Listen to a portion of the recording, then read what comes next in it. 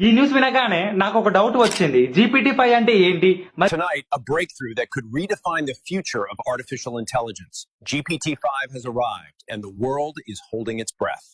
మరి ఎందుకని world trending లో ఉంది? ఆగస్ట్ 7, 2025 ఓపెన్ AI ఒక పెద్ద స్టెప్ వేసింది. GPT-5 ని లాంచ్ చేశారు. ఇది GPT-4 కాదు, ఇది నెక్స్ట్ లెవెల్.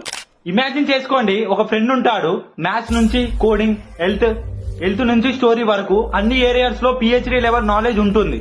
ఇది GPT-5. Fast, accurate and super smart. GPT-5 లో స్టాండర్డ్, మినీ, నానో మరియు థింకింగ్ మోడల్స్ ఉంటాయి.